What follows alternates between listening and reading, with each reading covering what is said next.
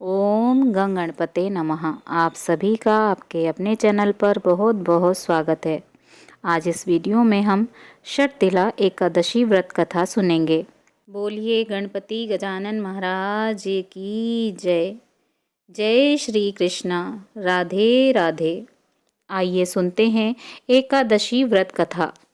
एक समय दालभ्य ऋषि ने पुलस्त्य ऋषि से पूछा कि हे महाराज, पृथ्वी लोक में मनुष्य ब्रह्म हत्या महान पाप करते हैं, पराय धन की चोरी तथा दूसरे की उन्नति देखकर ईर्ष्या करते हैं, साथ ही अनेक प्रकार के व्यसनों में फंसे रहते हैं, फिर भी उनको नरक प्राप्त नहीं होता। इसका क्या कारण है? वे न जाने कौन सा दान पुण्य करते हैं जिससे उनके पाप नष्ट हो जाते हैं। यह सब कृपया पूर्वक आप कहिए। पुलस्त ऋषि बोले, हे महाभागे, आपने मुझसे अत्यंत गंभीर प्रश्न पूछा है। इससे संसार के जीवों का अत्यंत भला होगा।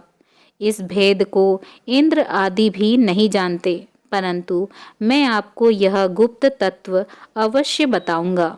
उन्होंने कहा कि माघ मास लगते ही मनुष्य को स्नान आदि करके शुद्ध रहना चाहिए।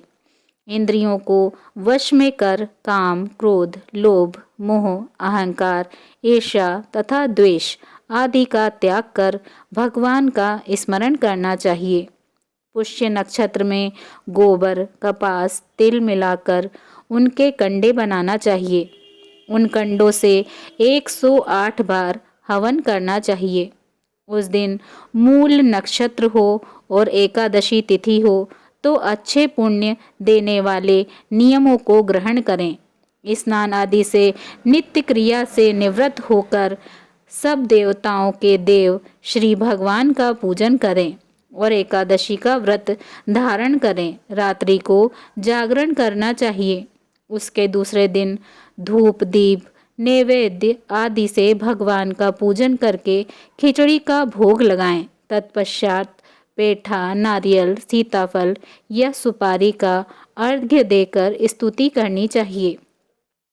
हे भगवान, आप दीनों को शरण देने वाले हैं। इस संसार सागर में फंसे हुओं का उद्धार करने वाले हैं। हे पुंडरीकाक्ष, हे विश्व भावन, हे सुब्राह्मण्य, हे पूर्वज, हे जगतपते, आप लक्ष्मी जी सहित इस तुच्छ अर्घ्य को ग्रहण करें। इसके पश्चात जल से भरा कुंभ अर्थात घड़ा ब्राह्मण को दान करें तथा ब्राह्मण को श्यामा गाय और तिल पात्र देना भी उत्तम है। तिल स्नान और भोजन दोनों ही श्रेष्ठ हैं। इस प्रकार जो मनुष्य जितने तिलों का दान करता है उतने ही 1000 वर्ष स्वर्ग में वास करता है। इतना कहकर पुलस्त्य ऋषि कहने लगे कि अब मैं तुमसे इस एकादशी की कथा कहता हूँ।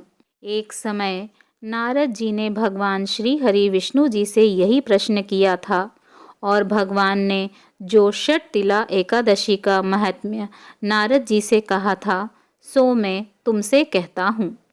भगवान ने नारद जी से कहा कि हे नारद, मैं तुमसे सत्य घटना कहता हूँ, ध्यान पूर्वक सुनो। प्राचीन काल में मृत्युलोक में एक ब्राह्मणी रहती थी। वह सदैव व्रत किया करती थी। एक समय वह 1 मास तक व्रत करती रही। इससे उसका शरीर अत्यंत दुर्बल हो गया। यद्यपि वह अत्यंत बुद्धिमान थी, तथापि उसने कभी देवताओं या ब्राह्मणों के निमित्त अन्न या धन का दान नहीं किया था। इससे मैंने सोचा कि ब्राह्मणी ने व्रत आदि से अपना शरीर शुद्ध कर लिया है, अब इसे विष्णु लोक तो मिल ही जाएगा, परंतु इसने कभी अन्न का दान नहीं किया। इससे इसकी तृप्ति होना कठिन है। भगवान श्री हरि विष्णु जी ने आगे कहा, ऐसा सोचकर मैं भिखारी के वेश में मृत्युलोक में उस ब्राह्मणी के पास गया और उससे भिक्षा मांगी। वह ब्राह्मणी बोली, महाराज, किस लिए आए हो? मैंने कहा, मुझे भिक्षा चाहिए। इस पर उसने एक मिट्टी का ढेला मेरे भिक्षा पात्र में डाल दिया और मैं उसे लेकर स्वर्ग लौट आया। कुछ समय बाद ब्राह्मणी भी शरीर त्याग कर स्वर्ग में आ गई। उस ब्राह्मणी को मिट्टी का दान करने से स्वर्ग में सुंदर महल मिला, परंतु उसने अपने घर को अन्न आदि सब सामग्रियों से शून्य पाया। घबरा कर वह मेरे पास आई और कहने लगी कि हे भगवान, मैंने अनेक व्रत आदि से आपकी पूजा की, परंतु फिर भी मेरा घर अन्न आदि सब वस्तुओं से शून्य है। इसका क्या कारण है? इस पर मैंने कहा, पहले तुम अपने घर जाओ, देव स्त्रियां आएंगी तुम्हें देखने के लिए। पहले उनसे षटतिला एकादशी का पुण्य और विधि सुन लो, तब द्वार खोलना। मेरे ऐसे वचन सुनकर वह अपने घर गई। जब देव स्त्रियां आईं और द्वार खोलने को कहा तो ब्राह्मणी बोली, आप मुझे देखने आई हैं तो षटतिला एकादशी का महात्म्य मुझसे कहिए।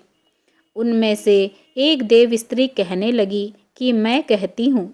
जब ब्राह्मणी ने षटतिला एकादशी का महात्म्य सुना तब द्वार खोल दिया। देवांगनाओं ने उसको देखा कि न तो वह गांधर्वी है और ना ही आसुरी है, वरन पहले जैसी मानुषी है। उस ब्राह्मणी ने उनके कथानुसार षटतिला एकादशी का व्रत किया। इसके प्रभाव से वह सुंदर और रूपवती हो गई तथा उसका घर अन्न आदि सब सामग्रियों से युक्त हो गया। अतः मनुष्यों को मूर्खता त्याग कर षटतिला एकादशी का व्रत और लोभ न करके तिल आदि का दान करना चाहिए। इससे दुर्भाग्य, दरिद्रता तथा अनेक प्रकार के कष्ट दूर होकर मोक्ष की प्राप्ति होती है। इस प्रकार षटतिला एकादशी व्रत कथा समाप्त हुई। बोलिए भगवान श्री हरि विष्णु जी की जय। ओम नमो भगवते वासुदेवाय नमः।